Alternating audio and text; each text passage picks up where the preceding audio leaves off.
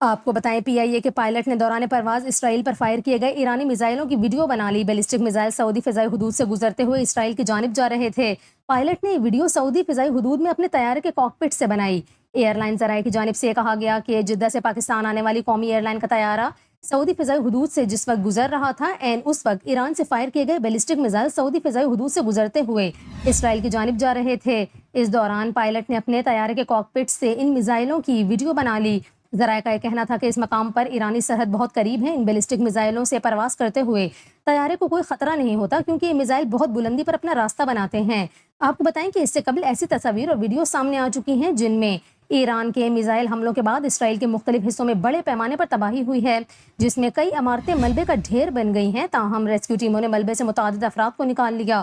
Times of Israel نے خوف اور افراتفری کے مناظر کی اطلاع دی ہے کیونکہ ایرانی میزائل ملک کے وسطی علاقوں پر گرے جس سے کافی نقصان ہوا۔